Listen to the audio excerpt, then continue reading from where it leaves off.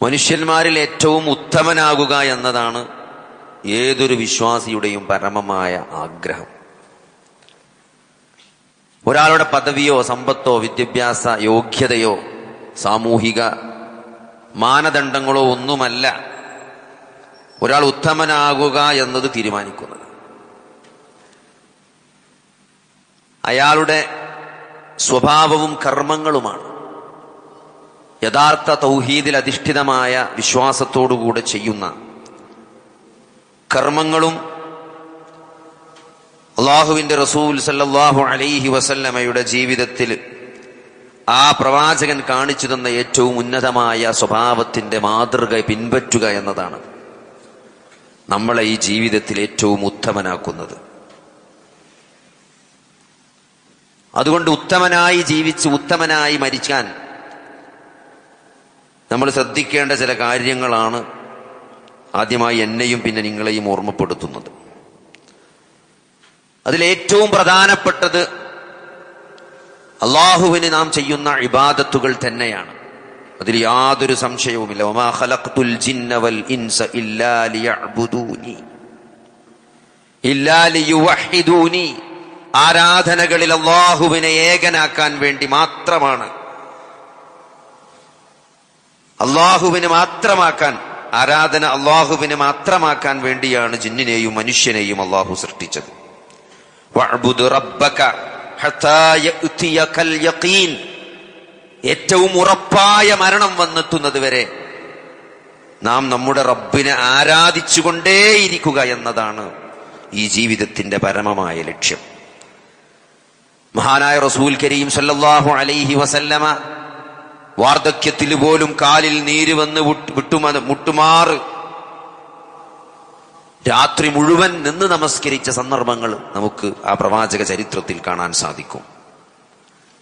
ചെയ്തതും ചെയ്യാനിരിക്കുന്നതുമായ പാപങ്ങൾ മുഴുവനും പുറത്തു നൽകപ്പെട്ട, സ്വർഗം ഉറപ്പിക്കപ്പെട്ട ഒരു പ്രവാചകൻ എന്തിനാണ് താങ്കൾ ഇങ്ങനെ കഷ്ടപ്പെടുന്നത് എന്ന് ചോദിച്ചപ്പോൾ ഞാൻ നന്ദിയുള്ള ഒരു അടിമയാകേണ്ടേ എന്നാണ് റസൂലുള്ളാഹി സ്വല്ലല്ലാഹു അലൈഹി വസല്ലം അതിന് നൽകിയ ഉത്തരം. അതുകൊണ്ട് ലഖദ് കാന ലക്കും ഫീ റസൂലില്ലാഹി ഉസ്വത്തുൻ ഹസന. ഈ പ്രവാചകനിൽ നിങ്ങൾക്ക് ഏറ്റവും ഉത്തമമായ മാതൃകയുണ്ട് സഹോദരങ്ങളെ, ഏത് വിഷയത്തിലാണെങ്കിലും. അതുകൊണ്ട് ഇബാദത്തിൽ നമ്മൾ മാതൃകയാക്കേണ്ടത്, നമ്മൾ മുന്നിൽ കാണേണ്ടത് മഹാനായ റസൂലുള്ളാഹി സ്വല്ലല്ലാഹു അലൈഹി വസല്ലമയെ തന്നെയാണ്. അതുകൊണ്ട് ഒരു വിശ്വാസി ഏറ്റവും ഉത്തമനാകണമെങ്കിൽ അയാളുടെ ഇബാദത്ത് ഏറ്റവും ഉന്നതമായ ഇബാദത്തിന്റെ ഉടമയാക്കുക, അത് അല്ലാഹുവിന് മാത്രമാക്കുക. ഇബാദത്തുകളിൽ സ്ഥിരത ഉണ്ടായിരിക്കുക എന്നുള്ളതാണ്. ഇന്നൊന്ന് നിസ്കരിച്ച്, ഇന്ന് തഹജ്ജുദ് നിസ്കരിച്ച് നാളെ അത് ഉപേക്ഷിക്കുക, ഇന്ന് വിത്ർ നിസ്കരിച്ച് നാളെ വിത്ർ ഉപേക്ഷിക്കുക. അങ്ങനെ ചില ദിവസം സുന്നത്ത് നിസ്കരിച്ച് ചില ദിവസം നിസ്കരിക്കൂല. അങ്ങനത്തെ ഒരു സ്ഥിതി വിശ്വാസിക്ക് പാടുള്ളതല്ല. ഏറ്റവും പ്രിയങ്കരമായ കർമ്മം, അല്ലാഹുവിന് ഏറ്റവും ഇഷ്ടപ്പെട്ടത് എന്താണ്? അത് കുറഞ്ഞതാണെങ്കിലും അത് സ്ഥിരമായി ചെയ്യുന്നതാണെന്നാണ് റസൂലുള്ളാഹി സ്വല്ലല്ലാഹു അലൈഹി വസല്ലം പറഞ്ഞതായിട്ട് ഇമാം ബുഖാരി അദ്ദേഹത്തിന്റെ സ്വഹീഹിൽ ഉദ്ധരിച്ചതായിട്ട് കാണാൻ പറ്റും. അപ്പൊ കുറച്ചാണെങ്കിലും എന്ത് ചെയ്യണം? അത് സ്ഥിരമായി ചെയ്യണം. ഒരു 2 റക്അത്ത് ദുആ എന്ന് നിസ്കരിച്ചിട്ടുണ്ടെങ്കിൽ അത് നാളെ നിസ്കരിക്കണം. ഇടക്ക് കൂട്ടിയാലും കുഴപ്പമില്ല, എന്നാലും കുറയാൻ പാടില്ല. ഒരു യുവക്കുണ്ട് ഞായറാഴ്ചയാണ്, എന്നാൽ 8 റക്അത്ത് നിസ്കരിച്ചാൽ തോന്നിയാൽ നിസ്കരിച്ചോളൂ, എനിക്ക് തെറ്റില്ല. പക്ഷേ അതൊരു മിനിമം ഇത് നമ്മൾ കുറഞ്ഞു പോകാൻ പാടില്ല. എന്നും നിസ്കരിച്ചിട്ട് മിനിമത്തിന് നമ്മൾ എന്ത് ചെയ്യാൻ പാടില്ല, അത് ഒഴിവാക്കുക, കുറയ്ക്കുക ചെയ്യരുത്. ഇനി അത് ഒഴിവാക്കേണ്ടി വരും കുറയുന്ന പേടിച്ചുകൊണ്ട് തുടങ്ങാതെക്കാനും പാടില്ല. അങ്ങനെ ഉണ്ടല്ലോ, എന്നെ കൊണ്ട് അത് കൊണ്ടെടുക്കാൻ കഴിയൂലായിരിച്ചു കണ്ട് അത് തുടങ്ങണമെന്നല്ല, അതും പറ്റൂല. അത് കൊണ്ടെടുക്കാനുള്ള തൗഫീക്ക് പടച്ചോനാ തരാം.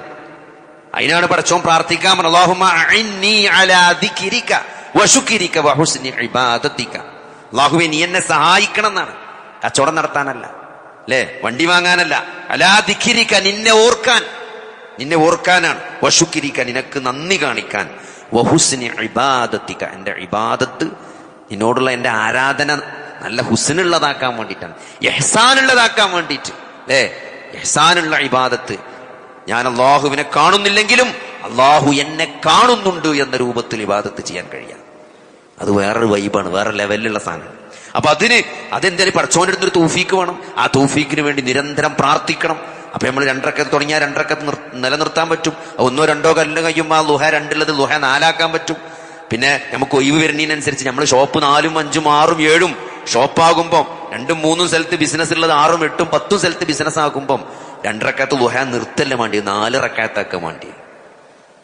വരുമാനം കൂടുമ്പം, സമ്പത്ത് കൂടുമ്പം, അല്ലെ, വിപുലമായ നമ്മൾ വലിയ വലിയ ആളായി വരുമ്പോ സഹോദരങ്ങളെ ഉള്ളത് കുറഞ്ഞു പോകല്ലേ വേണ്ടത്. 2 റക്അത്ത് ദുആ നിസ്കരിച്ച് ഞാൻ ഇപ്പൊ അത് നിർത്തി, പെരും കച്ചവടത്തിലാന്നല്ല പറയേണ്ടത്. ഞാൻ ഇപ്പൊ 4 ആക്കിയാണ്. ഇപ്പൊ എന്റെ ബിസിനസിനൊക്കെ ആളെ വെച്ച് കുറച്ചും കൂടിയൊക്കെ ഓതാനും നിസ്കരിച്ചാനൊക്കെ നേരുണ്ടാക്കിയാണ് എന്ന്. അപ്പോഴാണ് സഹോദരങ്ങളെ നമ്മൾ അള്ളാഹുവിന് നന്ദി കാണിക്കേണ്ടതെന്ന് പറയാൻ പറ്റുള്ളൂ. അതുകൊണ്ട് അത് പ്രാർത്ഥിച്ച് നേടേണ്ട സാധനമാണ്. അല്ലാഹുമ്മ അഇന്നി അലാ ദിക്രിക വശുക്രിക വഹുസ്നി ഇബാദതിക. നീ എന്നെ സഹായിക്കണം. എന്തിന്? നിന്നെ ഓർക്കാൻ, നിനക്ക് നന്ദി കാണിക്കാൻ, എന്റെ ഇബാദത്ത് നന്നാക്കാൻ, ഇഹ്സാനുള്ള ഇബാദത്താക്കാൻ. അപ്പൊ ഇബാദത്ത് തന്നെയാണ് ഒരാൾ ഉത്തമനാണ് എന്ന് തീരുമാനിക്കുന്നത് അയാളുടെ ഇബാദത്ത് തന്നെയാണ്. അത്ര വേറെ നമ്മൾ എന്ത് നല്ല കുനിങ്ങുപ്പായിട്ട് നടന്നിട്ടും കാര്യമില്ല. ഇബാദത്തിന്റെ കാര്യത്തിൽ 5 നേരത്തെ ഫർള് നമസ്കാരത്തിന്റെ കാര്യത്തിൽ വീഴ്ചയുണ്ടോ? ഖുർആനുമായിട്ട് ബന്ധമില്ല സഹോദരങ്ങളെ, ദിക്റുമായിട്ട് നമുക്ക് യാതൊരു ബന്ധവുമില്ലെങ്കിൽ, നമുക്ക് നമ്മളെ ഇബാദത്തിന് പ്രശ്നമുണ്ടെങ്കിൽ നമ്മൾ എത്ര നല്ല കുപ്പായം തുണിയിട്ട് നടന്നിട്ട് കാര്യമില്ല. നമ്മൾ ഉത്തമനല്ല.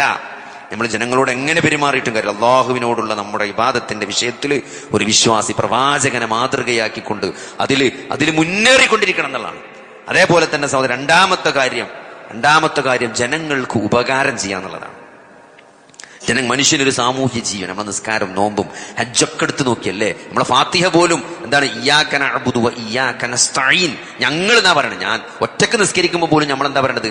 ഇയ്യാക നഅ്ബുദു വ ഇയ്യാക നസ്തഈൻ. അല്ലെ, ഞങ്ങൾ നിന്നെ മാത്രം ആരാധിക്കുന്നു, നിന്നോട് മാത്രം സഹായം തേടുന്നു. ഒക്കെ ഞങ്ങളാണ്. ഒരു സാമൂഹ്യ ജീവിയാണ് മനുഷ്യൻ. സക്കാത്താകട്ടെ, സ്വതക്കയാകട്ടെ, ഒരു ഇസ്ലാമിന്റെ സ്ട്രക്ചർ തന്നെ, ജമാഅത്ത് നമസ്കാരം, ഇതൊക്കെ പള്ളി, ഇതൊക്കെ ഒരു സാമൂഹ്യ ബന്ധമുള്ള ഒരു സാമൂഹിക ജീവിയായിട്ടാണ് അള്ളാഹു മനുഷ്യനെ സംവിധാനിച്ചിട്ടുള്ളത്. അതുകൊണ്ട് അത് വതആവനു അലൽ ബിർരി വത്തഖ്വ. എങ്ങനെയാണ്?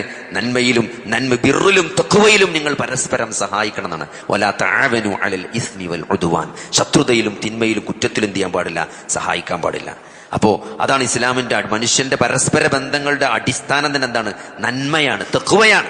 ഒരാൾക്ക് ദീനുണ്ടാക്കി കൊടുക്കുക, ഒരാൾക്ക് അറിയാത്ത ദീന് പറഞ്ഞു കൊടുക്കുക, അയാൾ അള്ളാഹുവിലേക്കുള്ള വഴി കാണിച്ചു കൊടുക്കുക, അത് ഓർമ്മപ്പെടുത്തുക പരസ്പരം. മനുഷ്യൻ അങ്ങനെയാണ്. എപ്പോഴും ഒരേ ഈമാൻ എല്ലാവർക്കും ഉണ്ടാവില്ല. അങ്ങനെ താന്നും കുറഞ്ഞൊക്കെ നിൽക്കും. എന്താ നിങ്ങളെ പള്ളിയൊക്കെ കാണുന്നില്ലല്ലോ, സ്ഥിരം കാണുന്ന ഒരാളാത്ത കാണാതെക്കും എന്താ കാണുന്നില്ലല്ലോ, പോകണം.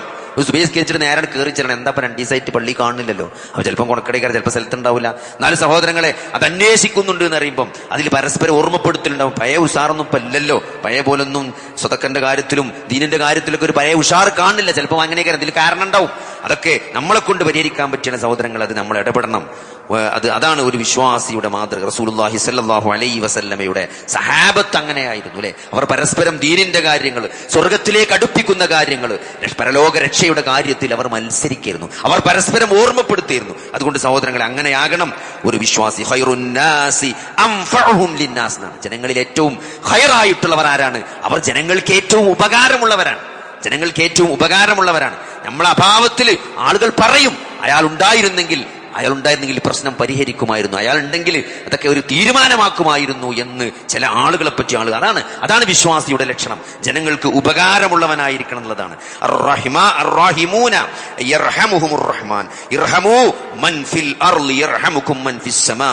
തിർമുദി ഉദ്ധരിക്കുന്ന ഹദീസാണ്. എന്താണ്? ഭൂമിയിലുള്ളവരോട് നിങ്ങൾ എന്ത് ചെയ്യണം? കരുണ കാണിക്കണം, എങ്കിൽ ആകാശത്തുള്ളവൻ നിങ്ങളോട് കരുണ കാണിക്കുമെന്നാണ്. അപ്പൊ ഭൂമിയിലുള്ള ആളുകളോട് കരുണ കാണിച്ചാൽ എന്ത് ചെയ്യും? അള്ളാഹു, ആകാശത്തുള്ള റബ്ബ് നമ്മളോട് എന്ത് ചെയ്യും? കരുണ കാണിക്കും. അതേപോലെ തന്നെ സഹോദരങ്ങളെ, ആരെങ്കിലും ഒരു സത്യവിശ്വാസിയുടെ ഐഹികമായ പ്രയാസങ്ങളിൽ ഒന്ന് നീക്കിക്കൊടുത്താൽ എന്നാണ് ഖുർബത്തൻ മിൻ ഖുർബിന്നാസ് നഫ്ഫസല്ലാഹു അൻഹു ഖുർബത്തൻ മിൻ ഖുർബി യൗമിൽ ഖിയാമ എന്ന ഹദീസിൽ കാണാൻ പറ്റും. ഇമാം മുസ്ലിം ഉദ്ധരിക്കുന്ന ഹദീസാണ്. എന്താണ്? ഒരു സത്യവിശ്വാസി ഒരു വിശ്വാസിയുടെ ദുനിയാവിലെ പ്രയാസങ്ങൾ ഏറ്റെടുത്താൽ, ദൂരീകരിച്ചാൽ, അതിൽ എന്താണ് നീക്കിക്കൊടുത്താൽ, അന്ത്യദിനത്തിൽ അയാളുടെ പ്രയാസങ്ങളെ അള്ളാഹു നീക്കിക്കൊടുക്കുന്നതാണ്. സഹോദരങ്ങളെ, നമ്മൾ ഏറ്റവും ആവശ്യക്കാരനായി വരപ്പോഴാണ് ദുന്യാവിലല്ല, പരലോകത്താണ്. കാരണം ഒരാൾക്കും ഒരാളെയും സഹായിക്കാൻ പറ്റാത്തതാണ് പരലോകം എന്ന് പറഞ്ഞത്. എന്താണ്? മാതാപിതാക്കളെ ഫിദിയ നൽകിക്കൊണ്ട്, ദണ്ഡം കൊടുത്തുകൊണ്ട് തന്റെ കുരുക്കിൽ നിന്ന്, പ്രയാസത്തിൽ നിന്ന് രക്ഷപ്പെടാൻ മനുഷ്യൻ ശ്രമിക്കുന്ന ഒരു ദിവസമാണ്. അങ്ങനെ വിശുദ്ധ ഖുർആൻ അങ്ങനെയാണ് ആ ദിവസത്തെ പരിചയപ്പെടുന്നത്. ആലോചിച്ചോക്കി, ഇന്ന് നമ്മൾ ഈ ദുന്യാവിൽ ജീവിക്കണം എന്തിനാ ചോദിച്ച ആൾക്കാർ പറയും, ഞാൻ എന്റെ മക്കൾക്കും വേണ്ടിയാണ്, എന്റെ കുടുംബത്തിനും വേണ്ടിയാണ് അല്ലെ. ഈ മണലാരണ്യത്തിൽ 10, 20, 30 കൊല്ലം ഞാൻ കഷ്ടപ്പെട്ട് ഈ അസുഖങ്ങളൊക്കെ ഉണ്ടാക്കിയത് എന്തിനു വേണ്ടിയിട്ടാണ്? ഞാൻ എന്റെ മക്കൾക്ക് വേണ്ടിയാണ്. എന്റെ പെങ്ങന്മാരെ കെട്ടിച്ചു, എന്റെ പെൺകുട്ടികളെ കെട്ടിച്ചു, വീട് വെച്ചു, എന്റെ മകൻ അവിടെ പഠിപ്പിച്ചു, ഇവിടെ പഠിപ്പിച്ചു. എന്തിന്? ഈ 30 വർഷം ആ മക്കളോടുള്ള, കുടുംബത്തോടുള്ള അയാളുടെ ബന്ധമാണത്. നമുക്ക് നാളെ പരലോകത്ത് പറയുന്നതാണ്, ആര്? മക്കളെ കൊടുത്തുകൊണ്ട്, ഭാര്യയെ കൊടുത്തുകൊണ്ട്, സഹോദരങ്ങളെ കൊടുത്തുകൊണ്ട് ഈ പ്രയാസത്തിൽ നിന്ന് രക്ഷപ്പെടാൻ പറ്റുമോ എന്ന് മനുഷ്യൻ ചോദിക്കുന്ന ഒരു ദിവസം നാളെ വരാനുണ്ടെന്നാണ്. ആ ദിവസത്തിൽ സഹോദരങ്ങളെ, ഈ ദുനിയാവിലെ ഒരു പദവിയും ഒരു സമ്പത്തും നമ്മളെ ഒരു പൊസിഷനും നമ്മൾക്ക് എന്ത് ചെയ്യില്ല, അതിനെ സഹായിക്കൂല എന്നാണ്. അവിടെ സഹായം ഉണ്ടാണ്. ഈ ദുനിയാവിൽ ആരെങ്കിലും ഒരു പ്രയാസം നീക്കി കൊടുത്തണമെങ്കിൽ പരലോകത്ത് നാളെ അല്ലാഹു നമ്മളെ പ്രയാസം നീക്കി കൊടുക്കുന്നു പറഞ്ഞാല് സഹോദരങ്ങളെ, നമ്മൾ അതിനല്ല ജീവിക്കേണ്ടത്. അതിനു വേണ്ടിയല്ലേ നമ്മൾ ശ്രമിക്കേണ്ടത്. റസൂലുള്ളാഹി സ്വല്ലല്ലാഹു അലൈഹി വസല്ലമ വഹി വന്ന സന്ദർഭത്തിൽ, പ്രയാസപ്പെട്ട് വിഷമിക്കുന്ന സന്ദർഭത്തിൽ ഖദീജ ബീവി പറഞ്ഞൊരു വാക്കുണ്ട്. എന്താണ്? എന്തിനാണ് പ്രവാചകനെ താങ്കൾ വിഷമിക്കുന്നത്? ഇന്നക ലതസിലുർ റഹിം വതഹ്മിലുൽ കൽ വതക്സിബുൽ മഅദൂം വതഖിറുൽ ളൈഫ് വതുഈനു അലാ നവാഇബിൽ ഹഖ്. ഈ വാക്ക് നമുക്ക് മറ്റൊരു സ്ഥലത്ത് ഇസ്ലാമിക ചരിത്രത്തിൽ കേൾക്കാൻ പറ്റും.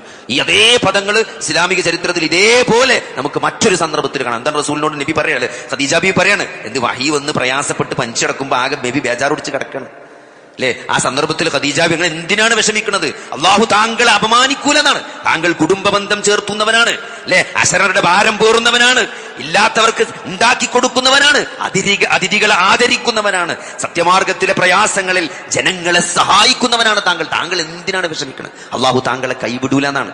ഇതേ വാക്ക് നമുക്ക് അബൂബക്കർ സിദ്ദീഖ് റളിയല്ലാഹു അൻഹു ഹിജ്റ പോകാൻ ഒരുങ്ങുന്ന സന്ദർഭത്തിൽ അദ്ദേഹത്തിന്റെ അയൽവാസി വന്ന് പറയുന്നുണ്ട്, താങ്കൾ ഇവിടുന്ന് പോകരുതെന്ന്. താങ്കൾ ഇന്നക അൻതസിലുർ റഹീം എന്നിട്ട് ഈ ഗുണവിശേഷണങ്ങളൊക്കെ, കുടുംബബന്ധം ചേർക്കുന്നവൻ, ആളുകളെ സഹായിക്കുന്നവൻ, ഇല്ലാത്തവർക്ക് ഉണ്ടാക്കി കൊടുക്കുന്നവൻ, അതിഥികളെ ആദരിക്കുന്നവൻ, ഇങ്ങനെ കുറെ ക്വാളിറ്റീസ് വരേണ്ട സഹോദരങ്ങളെ. അതാണ് ഒരു വിശ്വാസി.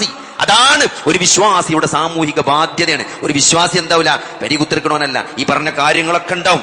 ഈ കുടുംബ ബന്ധം പുലർത്തുന്നവനായിരിക്കും അല്ലെ, ആരുമില്ലാത്തവരുടെ ഭാരങ്ങൾ ഏറ്റെടുക്കുന്നവനാണ്, ഇല്ലാത്തവർക്ക് സമ്പാദിച്ചു കൊടുക്കുന്നവനാണ്, അതിഥികളെ ആദരിക്കുന്നവനാണ്, സത്യമാർഗത്തിൽ ഹക്കിന്റെ മാർഗത്തിൽ പ്രയാസപ്പെടുന്നവരെ സഹായിക്കുന്നവനാണ് ഒരു വിശ്വാസിനാണ്.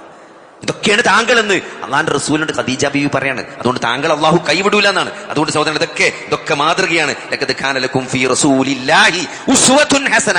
ഈ പ്രവാചകരിൽ നിങ്ങൾക്ക് ഉന്നതമായ മാതൃകയുണ്ട് എന്ന് പറയുമ്പോൾ സഹോദരങ്ങളെ, ഇതൊക്കെയാണ് സാമൂഹികമായ മനുഷ്യന്റെ ബാധ്യതകൾ. ഇതൊക്കെ അബൂബക്കർ സിദ്ദീഖ് റളിയല്ലാഹു അൻഹു, ഉമർ ബിൻ ഖത്താബ് റളിയല്ലാഹു അൻഹു, നിങ്ങൾ സഹാബത്തിനൊക്കെ എടുത്ത് പരിശോധിച്ചു നോക്കി, പരസ്പരം എത്ര കാരുണ്യമുള്ളവരായിരുന്നു എന്ന്. ജനങ്ങളുടെ പ്രയാസങ്ങൾ കണ്ടറിയാൻ വേണ്ടി അവരെത്ര പ്രയാസപ്പെട്ടിരുന്നു, അതൊക്കെ കണ്ടറിഞ്ഞുകൊണ്ട് അവർ എത്ര സഹായിച്ചിരുന്നു എന്നൊക്കെ അല്ലെ. ഒരു സഹായിക്കണം എന്ന് പറയുമ്പോൾ നമ്മളെ പോലെയല്ല, വീട്ടിലുള്ളത് മുഴുവൻ എടുത്തുണ്ടെന്നു സഹായിക്കണം സഹോദരങ്ങളെ. നാളേക്ക് വേണ്ടി എന്തെങ്കിലും ബാക്കി വെച്ചിട്ടല്ല അവർ സഹായിക്കണത്. ഈ നാളേക്ക് ഉണ്ടോ നോക്കാത്ത രൂപത്തിൽ സഹായിക്കുന്ന സഹാബത്തിനെയാണ് നമ്മൾ ഇസ്ലാമിക ചരിത്രത്തിൽ കാണുന്നത്. അതുകൊണ്ട് അതാണ് റളിയല്ലാഹു അൻഹും, അള്ളാഹു അവരെ പറ്റി തൃപ്തിപ്പെട്ടിരിക്കുന്നു എന്ന് അള്ളാഹു ഈ 1400 വർഷമായിട്ട് വിശ്വാസികളെ കൊണ്ട് അത് പറയിപ്പിക്കണം. എന്തിനാണ് സഹോദരങ്ങളെ? അത്രയും ഉദാത്തമായ മാതൃകയാണ് അവർ ആ പ്രവാചകന്റെ കൂടെ ജീവിച്ച് കാണിച്ചത്. അവരാണ് സ്വർഗത്തിലേക്ക് മുൻകടന്നു പോയവരാണ് സഹോദരങ്ങളെ. ആ ഒരു സ്വർഗത്തിലേക്കാണ് നമ്മളും ഓടിക്കൊണ്ടിരിക്കുന്നതെങ്കിൽ നമ്മൾ എത്രത്തോളം നമ്മുടെ ജീവിതത്തിൽ ശ്രദ്ധിക്കണമെന്നാണ് ഇതൊക്കെ നമ്മളെ ഓർമ്മപ്പെടുത്തുന്നത്. അതേപോലെ തന്നെ സഹോദരങ്ങളെ, നമ്മളെ കൊണ്ട് ഒരാൾക്ക് ഷർറില്ലാതെ നോക്കുക എന്നുള്ളത്. നമ്മൾ ഒരാൾക്ക് ഉപകാരം ചെയ്തിട്ടില്ലെങ്കിലും ഒരാളെ വാക്കുകൊണ്ടോ പ്രവൃത്തി കൊണ്ടോ ഉപദ്രവിക്കാതിരിക്കുക. പ്രത്യേകിച്ച് വിശ്വാസികളെ. ആലോചിച്ച് അള്ളാഹുവിന്റെ റസൂൽ പറയാണ്, ഒരു അമ്പയിട്ട് പോകുമ്പോ എന്താണ്, ഒരു അമ്പയിട്ട് ഒരാൾ പോകുമ്പോൾ ഒരു എന്താണ്, അത് നമ്മൾ തിരിയുമ്പോൾ അങ്ങോട്ടും ഇങ്ങോട്ടും ഒരാളെ മേത്ത് തട്ടോ എന്ന് പോലും, അതുപോലെ അങ്ങനെ പോലും ഒരു വിശ്വാസിക്ക് പ്രയാസം ഉണ്ടാക്കാൻ നമ്മൾ പാടില്ല എന്നാണ്. അതായത് നമ്മൾ അറിയാതെ പോലും നമ്മുടെ പ്രവർത്തനങ്ങൾ കൊണ്ട് ആളുകൾക്ക് ബുദ്ധിമുട്ടുണ്ടാകരുത് എന്നാണ്. അതാണ് ഒരു സത്യവിശ്വാസി. അതുകൊണ്ട് സഹോദരങ്ങളെ, നമ്മൾ ഒരാളെ ഒരു തരത്തിൽ, പ്രത്യേകിച്ച് ഇന്നത്തെ കാലത്ത് വാക്കുകൊണ്ടും പ്രവൃത്തി കൊണ്ടും എഴുത്തുകൊണ്ടും വോയിസ് ഇട്ടിട്ടും കമന്റ് എഴുതിയിട്ടും സഹോദരങ്ങളെ, നമ്മൾ ഒരാളെ നാവിൽ നിന്ന് എന്നാണ് ഒരാൾ സുരക്ഷിതരായിരിക്കുന്നത്, അവനാണ് യഥാർത്ഥ മുസ്ലിം.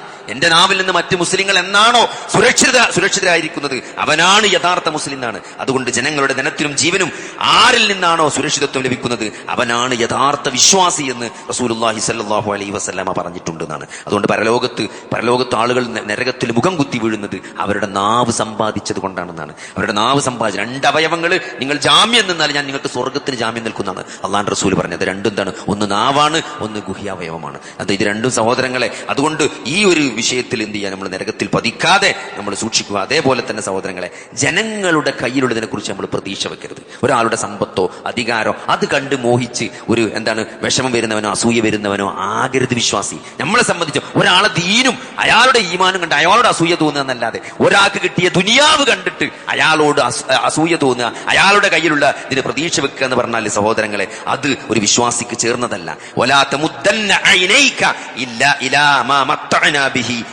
എന്ന് വിശുദ്ധ ഖുർആനിൽ സൂറത്തു ത്വാഹയിൽ കാണാൻ പറ്റും. എന്താണ്? മറ്റുള്ളവരുടെ എന്താണ് നിങ്ങളുടെ കണ്ണുകൾ മറ്റുള്ളവരുടെ വിഭവങ്ങളിലേക്ക് എന്ത് ചെയ്യും, നിങ്ങളുടെ കണ്ണുകൾ നീണ്ടുപോകരുത്. സഹോദരൻ, നമ്മൾ മറ്റുള്ളവർക്ക് എന്തൊക്കെ അവരുണ്ടല്ലോ അതുണ്ടല്ലോ അവൻ അങ്ങനെയല്ലോ അവൻ പഠിച്ചോ അങ്ങനെ കൊടുത്തണല്ലോ എന്ന് ആലോചിച്ച് വിഷമിക്കുന്നവനാകരുത്. അള്ളാഹു എന്താണോ നൽകിയത് അതിൽ തൃപ്തിയല്ലേ.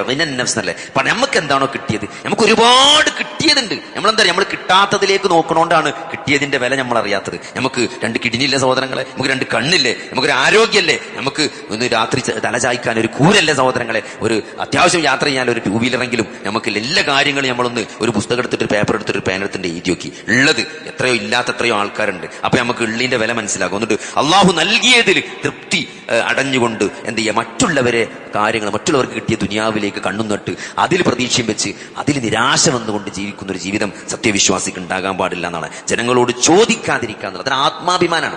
സഹാബത്ത് ഒട്ടകപ്പുറത്തുനിന്നൊരു സാധനം ചാടിയാൽ പോലും അത് എടുത്തേരിയത് പോലും പറയില്ല, ഒരാളോട് ഇറങ്ങിയിട്ട് എടുക്കുന്നതാണ്. ഒരാളോട് കയ്യാട്ടുന്ന വിഷയത്തിൽ അത്രയും മടിയുള്ളവരായിരുന്നു സഹാബത്ത് എന്നാണ്. എനിക്ക് ചെയ്യാൻ പറ്റുന്ന കാര്യം ഒരാളോട് പറയില്ല, ഞാൻ ഇറങ്ങി ഞാൻ എടുത്തേരിന്ന് പോലും പറയില്ല. നമുക്കിപ്പോ എന്താ ഒട്ടകപ്പുറത്ത് ഇറങ്ങാൻ അത്ര ഈസി ഒന്നല്ല. ഒരു കസാലിയിൽ നിന്ന് വെച്ചിട്ട് മാറിയല്ല ഒട്ടകപ്പുറത്ത് ഇറങ്ങണമെങ്കിൽ കുറച്ച് മെനക്കെടുണ്ട്. നമുക്ക് കയറി ഇറങ്ങാന്നുണ്ട്. ഒരു ഒട്ടകപ്പുറത്ത് ചാടിയ സാധനം ഒട്ടകപ്പുറത്തുനിന്ന് താഴെ ഇറങ്ങിയിട്ട് എടുക്കണം എന്നുണ്ടെങ്കിൽ കുറച്ച് മെനക്കെടുണ്ട്. അതുപോലും ഒന്ന് എടുത്തു തിരിയുന്ന സഹാബത്ത് പറയാറില്ല എന്നാണ്. കാരണം എന്താണ്, അത് സഹായം ചോദിക്കുകയാണെങ്കിൽ അള്ളഹാനോട് ഒരു ചോദിക്കുള്ളൂ. അല്ലെങ്കിൽ നമുക്ക് കഴിയാത്ത കാര്യം ഒരു പടച്ചോനോട് ചോദിക്കാം. അത്രയും ഒരാളോട് കൈ നീട്ടാതിരിക്കാന്ന്. എന്നിട്ടല്ലേ സഹോദരങ്ങളെ സാമ്പത്തിക വിഷയത്തിലും മറ്റു വിഷയത്തിലൊക്കെ ആൾക്കാരോട് കൈയിട്ടാ എന്നുള്ളത്. അതുകൊണ്ട് സഹോദരങ്ങളെ, നമ്മളൊരാളോട് കൈ നീട്ടാത്ത പടച്ചോനോട് പ്രാർത്ഥിച്ച് നമ്മളെ കാര്യം അള്ളാഹുവിൽ തവക്കുൽ ചെയ്ത് നമ്മൾ ജീവിക്കാൻ പഠിച്ചാൽ പടച്ചോ നമ്മളെ കാര്യം ഏറ്റെടുക്കും. അള്ള നമ്മളെ നോക്കും. നമ്മൾ ജനങ്ങളോട് ഇരക്കാൻ പോയാൽ ഖിയാമത്ത് നാൾ വരെ നമ്മൾ ഇരച്ചുകൊണ്ടേയിരിക്കും. ഈ ഇറക്കുന്ന ആൾക്കാരെ നോക്കിയാൽ മതി. കടം വാങ്ങുന്ന ആൾക്കാർ, ഒരു ഉള്ളുപ്പില്ലാതെ കടം വാങ്ങുന്ന ആൾക്കാരുണ്ടാവും. സഹോദരങ്ങളെ നോക്കിയാൽ മതി, നമുക്ക് മനസ്സിലാവും അവരെന്താണ് ആ കടം. നമ്മൾ കടം വാങ്ങുമ്പോണ്ടല്ലോ ഞാൻ അതെങ്ങനെ വീട്ടുക എന്നുള്ളത്, ഞാൻ ഈ കടം എങ്ങനെ വീട്ടുന്ന ഒരു പ്ലാൻ ഇല്ലാതെ കടം വാങ്ങുന്ന ആളുകൾ സഹോദരങ്ങൾ റസൂലുള്ളാഹി സ്വല്ലല്ലാഹു അലൈഹി വസല്ലമ അവരെ മയ്യത്ത് നിസ്കരിച്ചിട്ടില്ല. കടമുള്ള ആളുകളുടെ മയ്യത്ത് നബി നിസ്കരിച്ചിട്ടില്ല എന്നാണ്. ഗൗരവമുള്ള വിഷയമാണത്. അപ്പൊ നമ്മൾ കടം വാങ്ങുമ്പോൾ ഞാനിതെങ്ങനെ വീട്ടും എന്ന് വ്യക്തമായ പ്ലാൻ ഇല്ലാതെ കടം വാങ്ങുന്നത് എന്ത് ഗൗരവമാണ് സഹോദരങ്ങളെ. അപ്പൊ അതുകൊണ്ട് ഈ ഒരു വിഷയത്തിലൊക്കെ ജനങ്ങളോട് ചോദിക്കുക. അത് കടാകട്ടെ, കടം അനുവദിച്ചതാണ്, പക്ഷെ എന്താ പറയുക, അതിലൊരു ഗൗരവമുണ്ട്, ഇതിനൊക്കെ ഗൗരവമുണ്ട്. അപ്പൊ അത് നഷ്ടപ്പെടുന്ന ഒരു സാഹചര്യം ഉണ്ട്. പരമാവധി ഉള്ളതിൽ അഡ്ജസ്റ്റ് ചെയ്തുകൊണ്ട് ഒരാളുടെ മുമ്പിൽ കൈ നീട്ടാതെ. ഇത് ചെറിയൊരു യാത്രയാണ്. ഈ ദുനിയാവ് എന്നത് ചെറിയൊരു പീരിയഡ് മാത്രമാണ്. ഇവിടെ അല്ലേ നമ്മൾ കാലാകാലം കൂടാമെന്ന സ്ഥലമല്ലത്. അപ്പൊ ആ ഒരു ബോധം ദുനിയാവിൽ ജീവിക്കുമ്പോൾ ആണ് സഹോദരങ്ങളെ. ആർക്കാണ് ഉണ്ടാക്കിയേക്കണത്? നിങ്ങളെ മക്കൾക്കും പേരെ കുട്ടികൾക്കും വേണ്ടിയോ? ഒരു കാര്യം നമുക്ക് സമ്പാദിച്ചത് നമുക്ക് ഉണ്ടാവുള്ളൂ. നമ്മൾ സമ്പാദിച്ചത് ഹലാൽ അല്ലെങ്കിൽ സഹോദരങ്ങളെ അതിന്റെ പേരിൽ നമ്മളെ പേരക്കുട്ടിയാണല്ലോ. നമ്മൾ ആ സമ്പത്ത് കൈമാറി അത് ആസ്വദിച്ച മക്കളോ പേരമക്കളോ അല്ല. നാളെ അള്ളാഹുവിന്റെ മുമ്പിൽ ആ സമ്പത്ത് സമ്പാദിച്ചതിന് വിചാരണക്ക് വരെ നമ്മളാണ്. നമ്മൾ സമ്പാദിച്ചതിന് എക്കും പാത്രം നമ്മളാണ് പറയേണ്ടിരാ. അത് ആസ്വദിച്ച മക്കളോ പേരമക്കളോ അല്ല പറയേണ്ടിരാ. അതുകൊണ്ട് സഹോദരങ്ങളെ ആ ഒരു ബോധം സമ്പാദിക്കും ഉണ്ടായിരിക്കുന്നത് നല്ലതാണ്. അതേപോലെ തന്നെ സഹോദരങ്ങളെ, മരണത്തിന് എപ്പോഴും റെഡിയായി നിൽക്കുക. ഹോസ്റ്റലിൽ ചോറ് കഴിച്ചുകൊണ്ടിരിക്കുന്ന തലയിൽ വിമാനം വന്ന് മുണക്കാലത്താണ് നമ്മൾ ജീവിക്കുന്നത്. ഇതിലേറെ നിങ്ങൾക്ക് എങ്ങനെ പറഞ്ഞുതരാം? ഹോസ്റ്റലിൽ ഉച്ചക്ക് ചോറ് കഴിച്ചാൽ വന്ന് കടന്നുറങ്ങണം എന്ന് വിചാരിച്ച് റൂമിക്ക് വന്നവന്റെ തലയിൽ കൂടെ വിമാനം വന്ന് വീണ് മരിച്ചിട്ടുണ്ടെങ്കിൽ നിങ്ങൾ എത്രത്തോളം നിർഭയരാണ്. ഒരിക്കലും ഒരു നിർഭയത്വം കൂടെ പറയാൻ ഒരാൾക്കും സാധിക്കൂല. അങ്ങനെ ഏത് രൂപത്തിൽ ഏത് സമയത്ത് എങ്ങനെ മരണം വരാം. നമ്മളെ കയ്യിൽ നമ്മളെ തലന്റെ സൈഡിൽ വെച്ച ഫോൺ അത് പൊട്ടിത്തെറിക്കില്ലെന്ന് നിങ്ങൾക്ക് എന്തുറപ്പുള്ളത്? അതിന്റെ ഉള്ളിൽ ഇലക്ട്രോണിക് സാധനങ്ങളാണ്. അതിന്റെ ഉള്ളിൽ ആർക്കും കൺട്രോൾ ചെയ്യാൻ പറ്റിയ ഇലക്ട്രോണിക് ഡിവൈസുകളാണ്. ഈ സാധനത്തിന്റെ ഉള്ളിൽ നിങ്ങൾ തലക്കുമ്പത്ത് പുറത്ത് കടന്നുറങ്ങുന്ന സാധനം.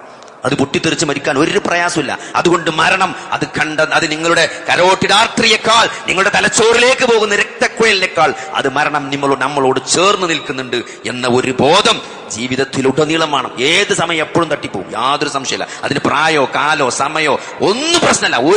അതിന് യാതൊരു തടസ്സമില്ല. നിങ്ങൾ ജനിച്ചിട്ടുണ്ടോ നിങ്ങൾ മരിച്ചിരിക്കും.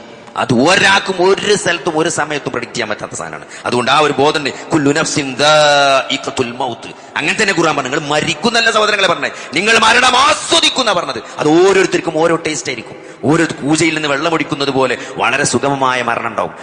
പിന്നെ ഉണങ്ങിയ പഞ്ഞിയിൽ ഇരുമ്പിന്റെ കൊളുത്തിട്ട് വലിക്കുന്നത് പോലെ പ്രയാസകരമായ മരണം ഉണ്ടാവും. അതൊന്നും പുറത്തുനിന്ന് കാണാൻ മനസ്സിലാവില്ല. ഒക്കെ ICU ട്യൂബിട്ട് കണ്ട് എല്ലാം മോണിറ്റർ ഓഫ് ആകുന്നേ ചെയ്യാം, എല്ലാം ECG ബേസിലേയും വരിക ചെയ്യാം. ഒക്കെ മരണം തന്നെ കാരണം. പക്ഷേ ഉള്ളിൽ നടക്കുന്ന മാറ്റം ഒരാൾക്കും കാണാൻ സാധിക്കില്ല. സലാമുൻ അലൈക്കും ബിമാ സബർത്തും. നിങ്ങൾ ക്ഷമിച്ചത് കാരണം നിങ്ങൾക്ക് സ്വർഗമുണ്ട് എന്ന സന്തോഷ വാർത്ത പറഞ്ഞുകൊണ്ട് മലക്കുകൾ വന്ന് മരിപ്പിക്കുന്ന വിശ്വാസികളുടെ കൂട്ടത്തിലാകണമെങ്കിൽ സഹോദരങ്ങളെ അതേപോലെ ജീവിക്കണം. ആ മരണത്തിന് വേണ്ടി തയ്യാറെടുക്കണം. ഏറ്റവും വലിയ ബുദ്ധിമാൻ ആരാണ്? ഏറ്റവും നന്നായി മരണത്തെ തയ്യാറെടുത്ത് മരണത്തെ മുന്നിൽ കണ്ടുകൊണ്ട് ജീവിച്ചവനാണ്.